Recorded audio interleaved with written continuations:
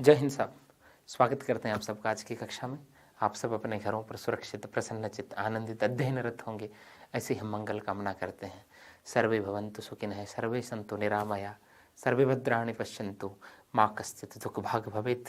इस विराट और शुभ मंगल कामना के साथ हम कक्षा में प्रवेश करते हैं। जी हाँ, हम शब्द विचार के बारे में जान रहे थे। पिछली कक्षा में हमने जाना कि उत्पत्ति के आधार पर शब्दों के भेद क्या होते हैं, रूप परिवर्तन के आधार पर क्या भेद होते हैं, प्रयोग के आधार पर क्या, हमने तमाम चीज़ों के बारे में जाना।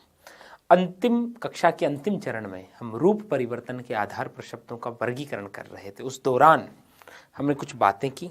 उसी क्रम में हम आगे बढ़ते हुए आप सब एकदम तल्लीन भाव से मेरे साथ जुड़े रहें। हाँ, देखो, हमने भाषा के दो पक्षों की बात की थी, एक भाषा का संगठनात्मक पक्ष और एक भाषा का व्युत्पत्ति पक्ष। उसकी बात करते समय हमने बात की थी कि रूप परिवर्तन के आधार पर शब्द दो प्रकार के होते हैं, एक तो होते हैं विकारी और दूसरे होते हैं अविकारी। अविकारी शब्दों को ही अव्यय कहा जाता है। अविकारी शब्दों को ही क्या कहा जाता है? अव्यय कहा जाता है। अब अविकारी के भेद पूछे तो हम कितने बोले? 4। अव्यय के पूछे तो कितने बोले? 5। चारों अविकारी क्रिया विशेषण, समुच्चय बोधक, संबंध बोधक, विस्मय आदि बोधक। और अव्यय की बात करें तो उसमें प्लस कौन हो जाएगा? निपात। कौन हो जाएगा? निपात। ठीक है।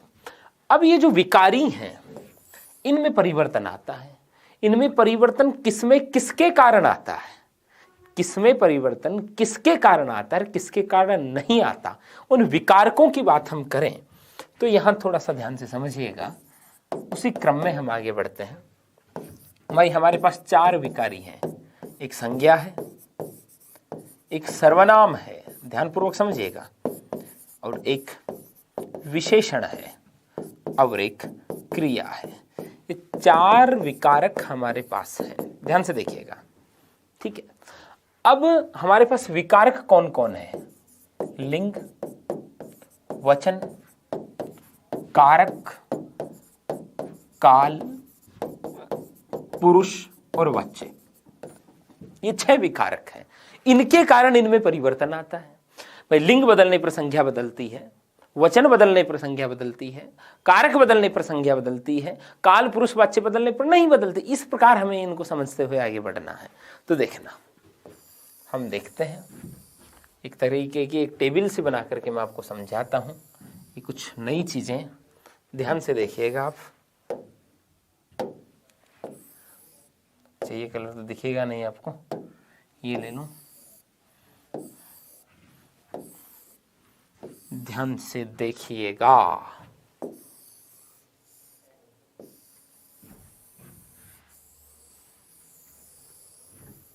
संज्ञा, संज्ञा में लिंग के कारण परिवर्तन आता है, वचन के कारण परिवर्तन आता है, कारक के कारण परिवर्तन आता है, काल, पुरुष और वाच्य तीनों बदलने पर संज्ञा में कोई परिवर्तन नहीं आता है। यदि मैं बात करूं सर्वनाम की, सर्वनाम में लिंग के कारण परिवर्तन नहीं आता। सर्वनाम में लिंग बदलने पर परिवर्तन नहीं आता।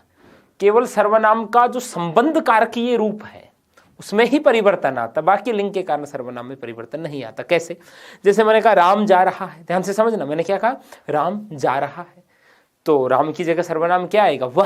वह जा रहा है। मैंने कहा जी सीता जा रही है, सीता की जगह भी क्या आएगा? वह जा रही है। तो राम की जगह भी वह, सीता की जगह भी वह आया ना। तो लिंग परिवर्तन होने पर सर्वनाम में फिर बदल नहीं होता। लेकिन सर्वनाम शब्द का जो संबंध कारकीय रूप है उसमें तो फिर भी परिवर्तन होता है। जैसे उसका, उसकी, उसके, जिसका, जिसकी, जिसके, तुम्हारा, तुम्हारी, तुम्हारे, तो वहां तो लिंग परिवर्तन होने पर भी सर्वनाम में परिवर्तन होता है।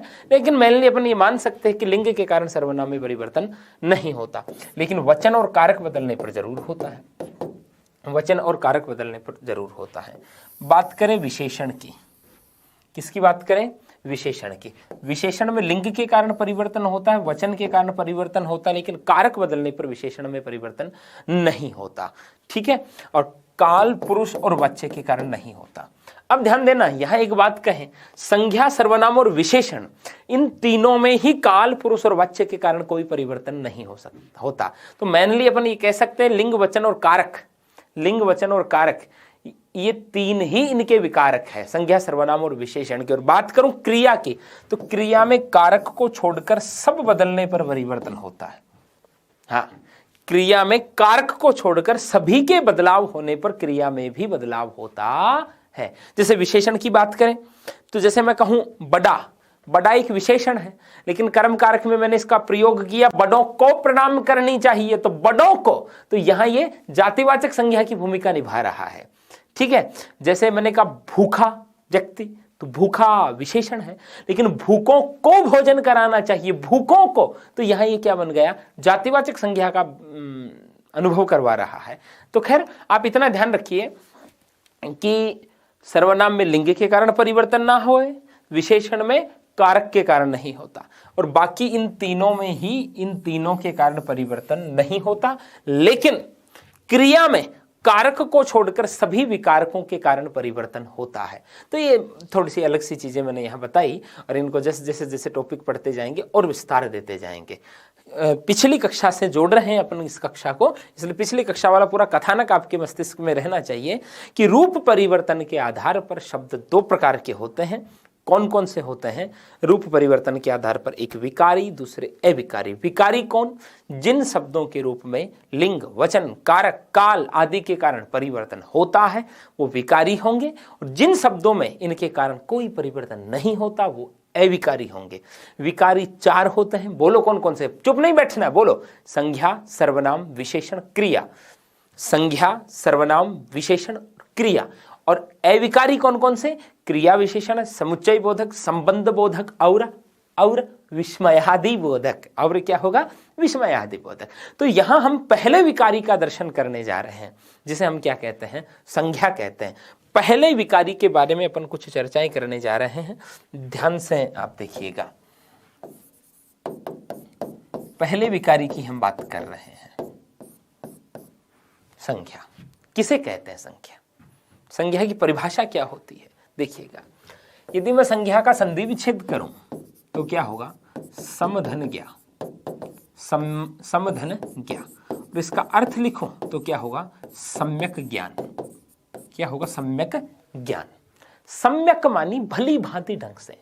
ऐसे शब्द जो किसी का भली भांति ढंग से ज्ञान करवा दे, उन्हें क्या कहते हैं? संज्ञा। मैं आपसे एक प्रश्न कर रहा हूं, ध्यान से सुनना, और उस प्रश्न के उत्तर को आप देना, जहां बैठे हो वहां उसका उत्तर बोलना। संज्ञा का कंसेप्ट एक ही प्रश्न के साथ मैं कंप्लीट करता हूं। मैं आपसे प्रश्न कर रहा हूं, आपकी संज्ञा क्या है? आप जो हजारों लोग इस समय कक्षा देख रहे होंगे, जब भी देखेंगे उस समय आपके सामने ये प्रश्न होगा और उसके हजारों आप उत्तर दीजिए। क्या कि आपकी संज्ञा क्या है? कोई बोल रहा होगा दिनेश, कोई बोल रहा होगा ममता, कोई बोल रहा होगा सीता, कोई बोल रहा होगा गीता। और यदि ऐसा बोल रहा है या बोल रही हैं तो उत्तर ठीक है, अन्यथा उत्तर गलत है। कई ऐसे भी बोलेंगे व्यक्तिवाचक संज्ञा कई बोलेंगे व्यक्तिवाचक संज्ञा, कई बोलेंगे व्यक्ति, वस्तु, स्थान, जाति, भाव आदि के नाम को संज्ञा कहते हैं ना। गलत बात। जिसने बोला ममता, दिनेश, सुरेश, रमेश, भावेश, जयेश, सीता, गीता आदि आदि आदि, ऐसा जिसने बोला उसका उत्तर सही है। कैसे? गुरुजी क्या पहेलियां बुझा रहे हो, बताओ तो जरा कि पूछा क्या है। जी हां, मैंने पूछा आपकी संज्ञा क्या है, तो आपको क्या बताना है? अपनी संज्ञा बतानी है। संज्ञा मानी क्या होता है? नाम। मैं यदि कहूं कि संज्ञा का पर्यायवाची शब्द ही क्या है? नाम। संज्ञा का पर्यायवाची शब्द क्या है? नाम। मैं आपसे क्या जान रहा था? मैं आपसे आपका नाम पूछ रहा था।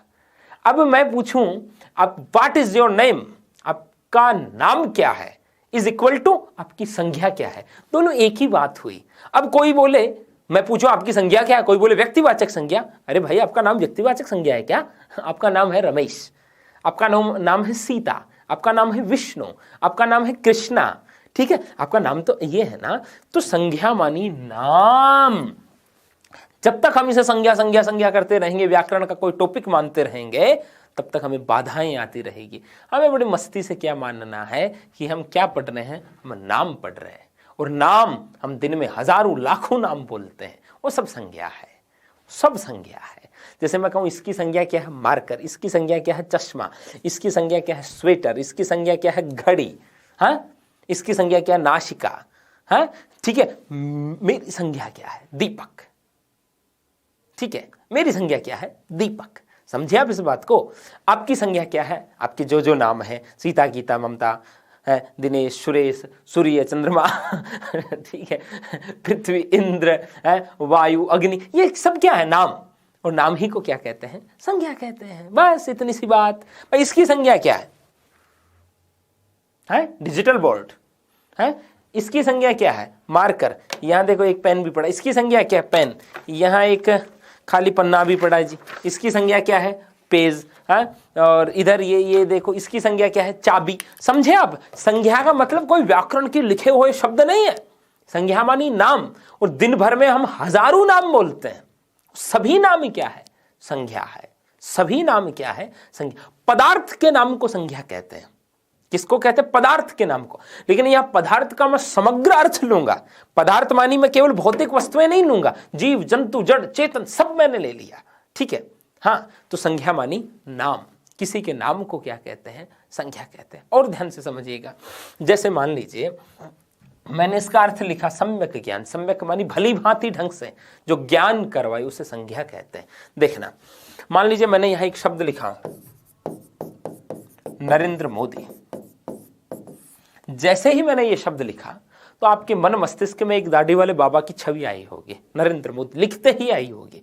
समझना, भले आप इनसे सहमत हैं, भले आप इनसे असहमत हैं, भले आप इनके पक्षधर हैं, भले आप इनके विपक्षी हैं, लेकिन आपके मन मस्तिष्क में जो कुछ इनके बारे में जुड़ा हुआ है, इनकी उपलब्धियां, इनकी अनुपलब्धियां, इनके गुण, इनके अवगुण, इनके वैशिष्ट्य, इनकी सफलताएं, इनकी विफलताएं, ठीक है, इन्होंने जो कुछ प्राप्त किया वो तमाम चीजें आपके जो मन मस्तिष्क में जुड़ी हुई है वो इस नाम के इर्द गिर्द वो ताना बाना बुना हुआ है।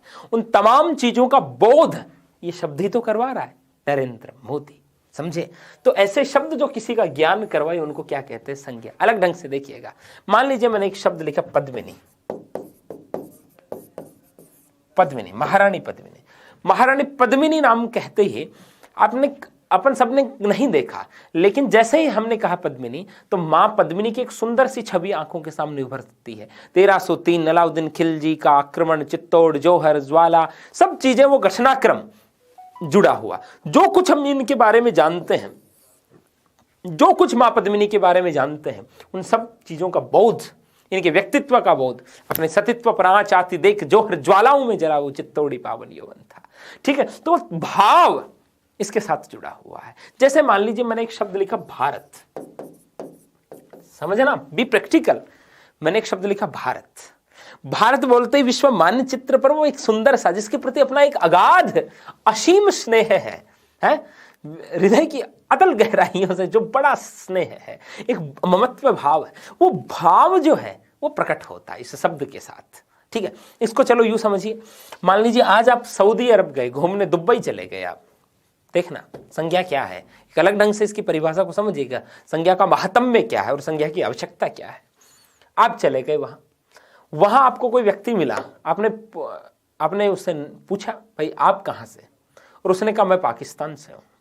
पाकिस्तान से हूं, तो जैसे ही वो पाकिस्तान बोलेगा स्वाभाविक तौर पे आपके मन में एक उससे दूरी का भाव होगा, स्वाभाविक सी बात है। और उसी के पास कोई दूसरा बैठा है, आपने उससे पूछा भैया आप कहां से, उसने कहा मैं राजस्थान से हूं, भारत से हूं, इतना ही कहा मैं भारत से हूं, उसने कहा मैं पाकिस्तान से हूं। तो यहां पाकिस्तान और भारत शब्द सुनने भर से आपका उसके साथ होने वाला जो रिश्ता है, प्राथमिक भाव, वो एक उसी से निकल करके आएगा। पाकिस्तान कहते हैं आपको 47 के विभाजन के दंश से लेकर के हैं, आपको 65 और 71 से लेकर के करगिल से लेकर के उरी पठानकोट सब चीजें याद आएंगी आपको तमाम वो घटनाएं उस शब्द के साथ जुड़ी हुई हैं और आपके भाव उसके साथ जुड़े हुए हैं। समझ गए आप इस बात को? और उसने कहा मैं भारत से हूं, है तो ये बोध होगा। ठीक है, तो ऐसे शब्द जो किसी का भली भांति ढंग से ज्ञान करवा दे, वो भारत की सहिष्णुता, वो भारत की उदारता, वो भारत की धर्मपरकता है, ये तमाम चीजें, भारत का प्रकृति प्रेम, ये शब्द इसके साथ जुड़ा हुआ है। चलो आप अमेरिका गए और समझिए, वहां आपको किसी अमेरिकी अफसर ने पूछा आप कहां से, आपने कहा मैं भारत से और सामने वाले ने कहा मैं पाकिस्तान से, तो उसका उसके प्रति भाव बदल जाएगा। भारत वाले को उसे सम्मान एंट्री दे देगा, पाकिस्तान वाले की 2 बार चेकिंग करेगा। कारण क्या है? वहां का पूरा कल्चर उसके साथ जुड़ा हुआ, वहां का पूरा भाव जुड़ा हुआ, उसका पूरा रिश्ता जुड़ा हुआ है। और उन तमाम चीजों का प्रतिनिधित्व एक शब्द कर रहा है, वो है भारत, और उसका कर रहा है पाकिस्तान। समझ गए आप इस बात को? तो ऐसे तमाम शब्द जो किसी का भली भांति ढंग से ज्ञान करवा दे, उन्हें क्या कहते हैं? संज्ञा कहते हैं। क्या कहते हैं? संज्ञा कहते हैं। जैसे मान लीजिए मैंने एक शब्द लिखा सैमसंग मोबाइल, मैंने एक शब्द लिखा क्या? Samsung mobile.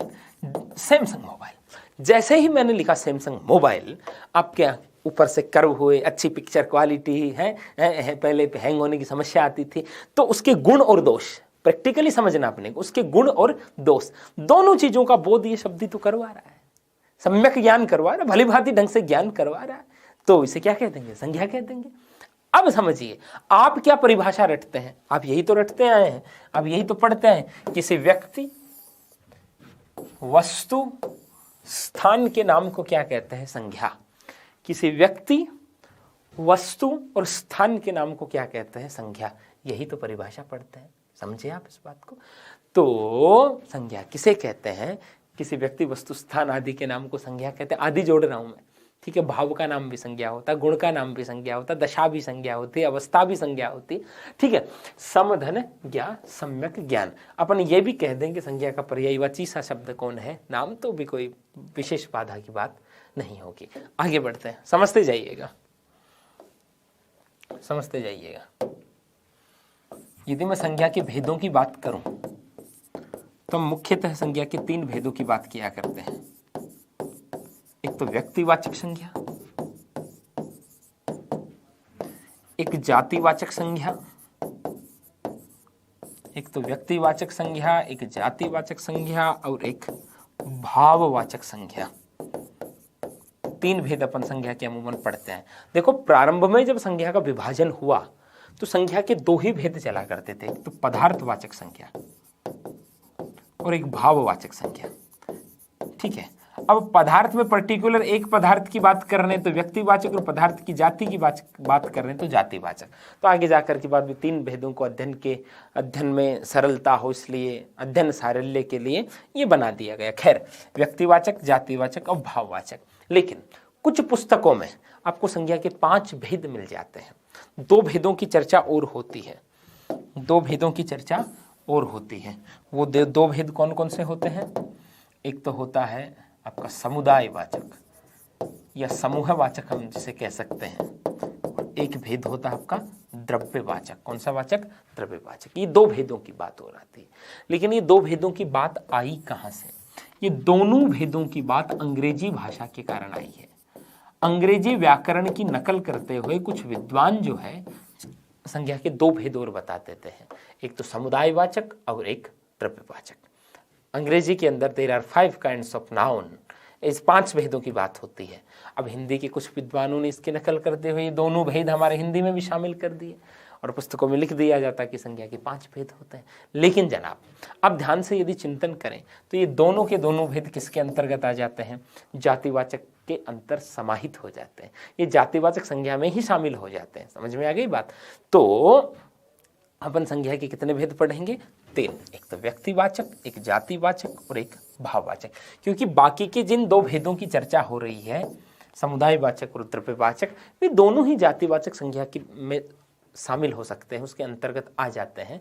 तो हमें जब पूछे कि संज्ञा के कितने भेद होंगे तो अपन बेझिझक कहेंगे संज्ञा के 3 भेद होंगे, व्यक्तिवाचक, बोलो, जातिवाचक और भाववाचक।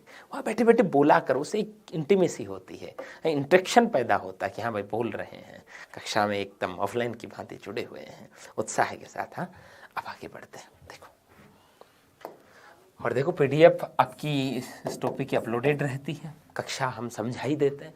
तो एक बार जैसे समझा, फिर PDF पढ़ा, फिर उसमें कुछ समझ नहीं आया तो दोबारा देख ली, तो ये इसका लाभ है।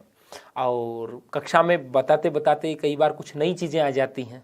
नोट्स तो एक सामान्य प्रवाह में लिखवाए जाते हैं कक्षा के बच्चों से, लेकिन तो आप एक कॉपी पेन भी हमेशा पास रखा करें। जब लगे कुछ विशिष्ट आया, कुछ नया, तो एक शॉर्ट नोट्स बनाने की आदत भी हमें रहनी चाहिए।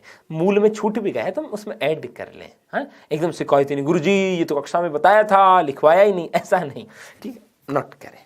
हाँ, smart teaching and smart reading दोनों चीज़ें, स्मार्ट स्टडी जिसे हम कहते हैं। खैर आगे बढ़ते हैं। देखो, सबसे पहले हम किसकी बात कर रहे हैं? व्यक्तिवाचक संज्ञा की, व्यक्तिवाचक संज्ञा की। फिर हम बात करेंगे किसकी? जातिवाचक की। हालांकि दोनों एक ही संज्ञा के स्वरूप का कहे जा सकते हैं। ठीक है, कैसे भाई? जैसे मैंने कहा नेता, दोनों को ध्यान से समझना, उदाहरण से नियम की ओर जाते हैं अपना आगमन विधि का प्रयोग करते हुए। ठीक है, हाँ, नेता, सबके सब आ गए, पूरा का पूरा समूह आ गया तो जातिवाचक होगी।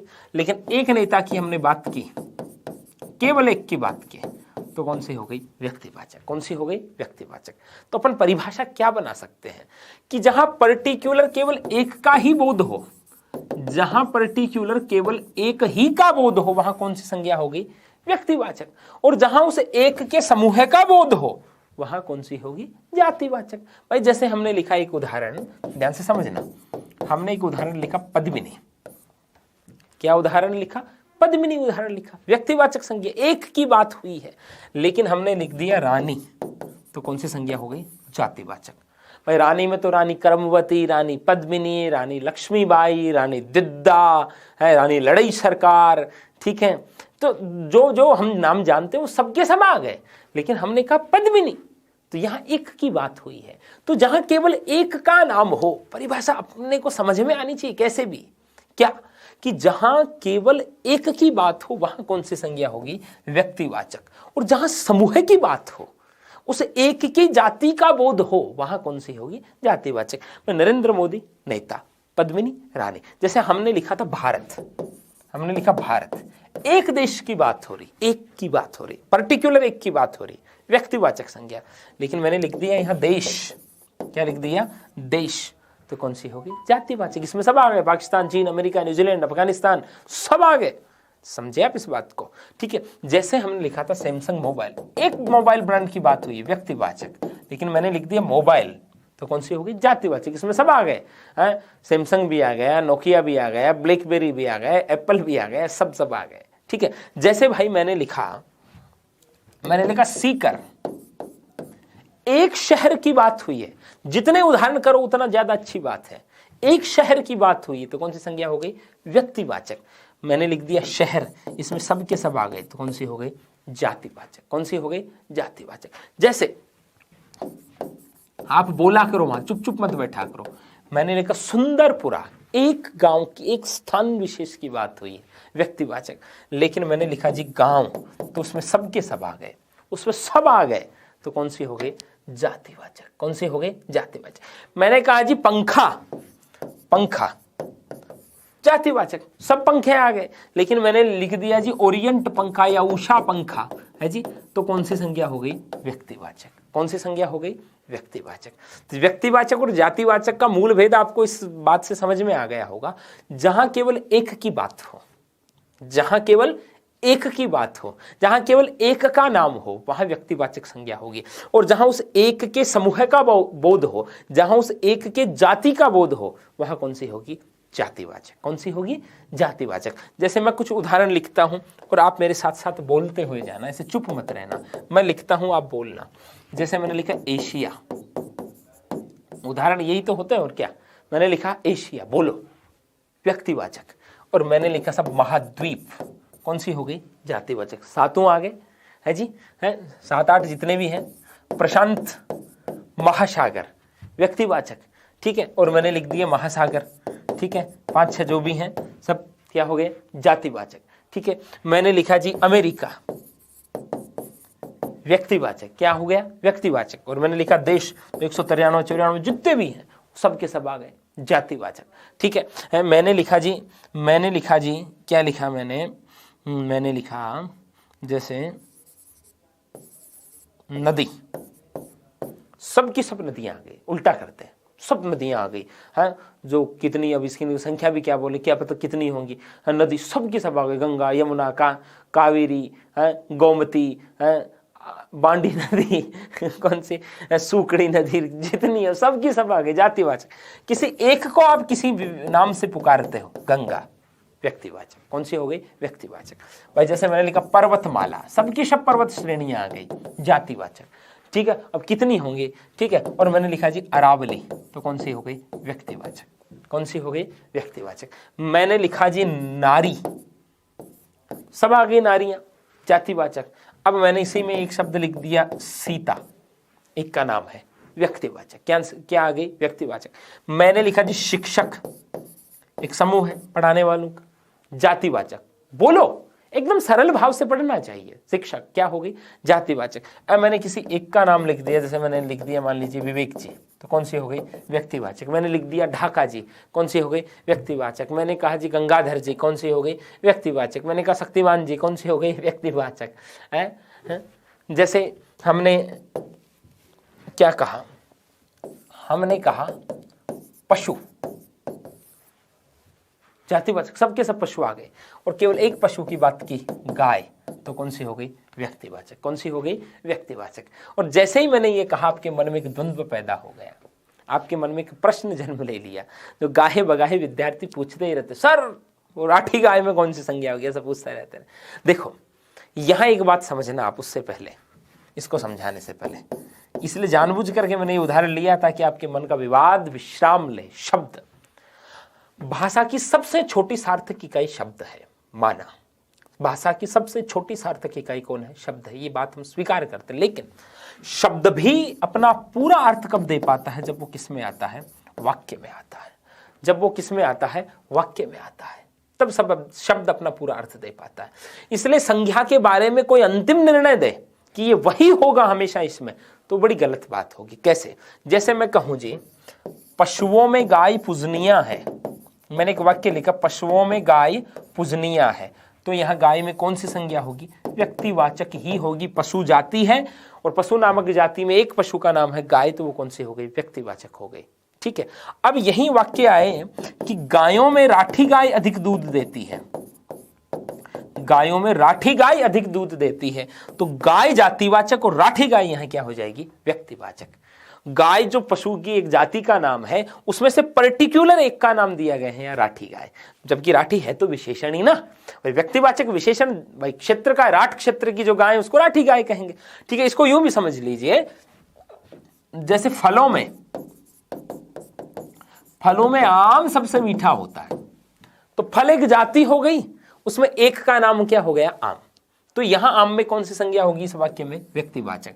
अब मैं कहूं जी आमों में दशहरी आम सबसे मीठे होते हैं, तो यहां दशहरी आम क्या हो गई, व्यक्तिवाचक, और आम क्या हो गई, जातिवाचक। इसलिए संज्ञा का अंतिम निर्णय कब हो पाता है, जब वो किसी वाक्य में आता है, जब वो किस में आता है, किसी वाक्य में प्रयुक्त होता है। तो इसलिए इस पे कोई जिदने की, लड़ने की कोई आवश्यकता नहीं होती है। मैंने अपना उदाहरण सहित समझाया, मैंने उदाहरण के साथ स्पष्ट किया कि स्थिति क्या है। अंतिम निर्णय पे आप युद्ध नहीं कर सकते, आप संग्राम नहीं कर सकते, भीषण संग्राम, ऐसा ही होगा, हमने ऐसा पढ़ा था, जी नहीं। वाक्य में प्रयोग जब शब्द का होगा, तभी शब्द का अर्थ, शब्द का जो अर्थ है उसकी दिशा और दशा दोनों तय होगी। समझे आप इस बात को? ठीक है, तो हम क्या कह रहे थे, हम एक बड़ी छोटी सी बात कह रहे थे कि जब पर्टिकुलर किसी एक के नाम की बात हो तो कौन सी संज्ञा होगी, व्यक्तिवाचक, और जब उसके समूह की बात हो तो कौन सी संज्ञा होगी, जातिवाचक। कौन सी संज्ञा होगी, जातिवाचक संज्ञा होगी। समझे आप इस बात को? ठीक है, अब देखना, जैसे मैंने एक बात कही कि लंका के राजा का नाम रावण था, एक वाक्य बोला मैंने, लंका के राजा का नाम रावण था, तो यहां रावण एक राजा की बात हो रही है, इसलिए कौन सी संज्ञा हो गई, व्यक्तिवाचक संज्ञा। कौन सी संज्ञा हो गई, व्यक्तिवाचक संज्ञा हो गई। मैंने कहा जी राम ने रावण को मारा, क्या कहा, राम ने रावण को मारा, तो भी ये कौन सी संज्ञा होगी, व्यक्तिवाचक। भाई यहां रावण का मतलब क्या हुआ, लंकाधिपति, त्रिलोक विजेता महाराज रावण, एक राजा की बात हुई। लेकिन मैंने एक बात कही कि हर घर में रावण बैठे हैं। मैं बिना किसी परिभाषा के कंसेप्ट से आपको, आपके मस्तिष्क में समझ विकसित करने की कोशिश कर रहा हूं। हर घर में रावण बैठे हैं, यहां रावण शब्द में कौन सी संज्ञा होगी? जातिवाचक। क्योंकि यहां रावण शब्द का मतलब लंकापति से नहीं है, यहां रावण शब्द का मतलब उसके नक्शे कदम पर चलने वाले तमाम दुष्ट लोगों से है। तो यहां रावण शब्द एक समूह का बोध करा रहा है, दुष्ट जनों का समूह, आक्रांताओं का समूह, आतताइयों का समूह है, व्यभिचारियों का समूह है, ठीक है, आतंकियों का। रावण शब्द, हर घर में रावण बैठे हैं, ठीक है। तो यहां रावण में कौन सी संज्ञा होगी? जातिवाचक। कौन सी संज्ञा होगी? जातिवाचक। समझ में आ गई बात? तो हम इस उदाहरण से एक नियम निकाल सकते हैं कि व्यक्तिवाचक संज्ञा जब बहुवचन में आती है तो क्या बनती है? जातिवाचक। व्यक्तिवाचक संज्ञा जब बहुवचन में आती है तो क्या बन जाती है? जातिवाचक बन जाती है। उदाहरण हमने लिया, उदाहरण की तुलना करके हमने नियम निकाल दिया। अब इसका जो निष्कर्ष आया उस निष्कर्ष की सत्यता को जांचने के लिए हम पुनः एक उदाहरण देते हैं। जैसे हमने एक उदाहरण दिया कि रावण के भाई का नाम विभीषण था। देखना, हमने एक उदाहरण दिया कि रावण के भाई का नाम विभीषण था। विभीषण व्यक्तिवाचक, रावण के भ्राता की बात हो रही है। अब मैंने एक उदाहरण दिया कि हमें विभीषणों से सावधान रहना होगा, हमें विभीषणों से सावधान रहना होगा, हमें विभीषणों से सावधान रहना होगा। यहां विभीषणों में कौन सी संज्ञा होगी? जातिवाचक। कौन सी संज्ञा होगी? जातिवाचक। यहां विभीषण शब्द लंकापति के अनुज की बात हो रही थी, एक शख्स की बात हो रही थी, एक की बात हो रही थी। हमें विभीषणों से सावधान रहना होगा। यहां विभीषणों शब्द घर के भेदियों के समूह का बात हो रहा है। यहां जो गुप्त बातें बाहर प्रकट कर देते हैं ऐसे लोगों की बात हो रही, तो कौन सी संज्ञा होगी? जातिवाचक। इस बात की पुष्टि हो रही है। तो हमने क्या नियम निकाला था? हमने निकाला था कि व्यक्तिवाचक संज्ञा जब बहुवचन में आती है तो क्या बन जाती है? जातिवाचक। क्या बन जाती है? जातिवाचक। हमने पहले उदाहरण लिया, फिर उदाहरणों की तुलना की, तुलना से निष्कर्ष किया, निकाला, और फिर निष्कर्ष का क्या किया? प्रयोग किया। ठीक है, ये कौन सी विधि है? आगमन विधि। कौन सी विधि है? आगमन विधि। और आगमन विधि के कितने चरण होते हैं? 4 चरण होते हैं। पहले उदाहरण, फिर तुलना और संबंध, फिर निष्कर्ष, फिर उसका प्रयोग, सत्यता की पुष्टि के लिए। इन 4 चरणों से आगमन विधि आगे बढ़ती है। व्याकरण पढ़ने की सर्वश्रेष्ठ विधि कौन है? श्रेष्ठ विधि कौन है? आगमन विधि। हालांकि आगमन निगमन दोनों का प्रयोग करके आगे बढ़ें तो अधिक श्रेष्ठ, लेकिन आगमन में निगमन समाहित होती है। खैर, ये चर्चाएं अपन बाद में करेंगे। लेकिन हम क्या पढ़ रहे थे? हम पढ़ रहे हैं संख्या। आज जो समझा उसको एक बार रिवाइज करते। संज्ञा, समधन ज्ञान यानी सम्यक ज्ञान, ऐसे शब्द जो किसी का भलीभांति ढंग से ज्ञान करवाए उन्हें क्या कहते हैं? संख्या। संज्ञा का पर्यायवाची शब्द ही है, क्या है? नाम है। क्या है? नाम है। संज्ञा की बड़ी व्यापकता होती है। ठीक है, 3 भेद हम संज्ञा के मुख्यतः बांटते हैं अमूमन: व्यक्तिवाचक, जातिवाचक, भाववाचक। ठीक है, अब जहां केवल एक की बात हो, मैं किसी परिभाषा की बात नहीं कर रहा, जहां किसी एक के नाम की बात हो वो व्यक्तिवाचक होगी, जहां उस एक के समूह की बात हो वहां जातिवाचक होगी। फिर हमने एक निष्कर्ष और निकाला, व्यक्तिवाचक जब बहुवचन में आ जाती है तो वो क्या बन जाती है? जातिवाचक बन जाती है। क्या बन जाती है? जातिवाचक बन जाती है। हमने ये भी देखा कि किस स्थिति में व्यक्तिवाचक संज्ञा जातिवाचक की तरफ प्रयुक्त होती है और जातिवाचक व्यक्तिवाचक की तरफ प्रयुक्त होती है। खैर, हम इसकी व्याख्याओं को और विस्तार देंगे। इस कक्षा में हम इसको यहीं छोड़ते हैं। ठीक है, बहुत ज़्यादा इसमें नहीं करवाया है, आपकी आदत बनी रहे और आंखें भी न दुखें, ये ध्यान रखते हुए हम विश्राम देते हैं। शब्द विचार की इस कड़ी में हम विकारी शब्द पढ़ रहे हैं। पहला विकारी शब्द हमने आज आरंभ भी किया है, क्या? संज्ञा। और अगली कक्षा में हम इसे और गति देंगे। आप हल्का सा, और मैं चाहता हूँ कि किताब के पन्नों में लिखी हुई कुछ परिभाषाओं के इर्द गिर्द हमारा जो अध्ययन सिमटा हुआ है उससे आगे बढ़ करके हम इसको एक नया आयाम दें, एक नई दिशा दें, और वो समझ हमारे मस्तिष्क के भीतर विकसित हो, ना कि हम केवल कुछ शब्दों पर निर्भर रहें कि ये शब्द परीक्षा में आएंगे तो ही हम हल करेंगे। जी नहीं, हमारे भीतर एक समझ होनी चाहिए। इसलिए हम अधिकाधिक प्रयोग करें और अधिकाधिक अभ्यास करें। इसी के साथ आपकी आज की कक्षा को विश्राम देते हैं। आप सब हंसते रहें, मुस्कुराते रहें, खिलखिलाते रहें, आनंदित रहें, प्रसन्नचित्त रहें। ओके, जय हिंद।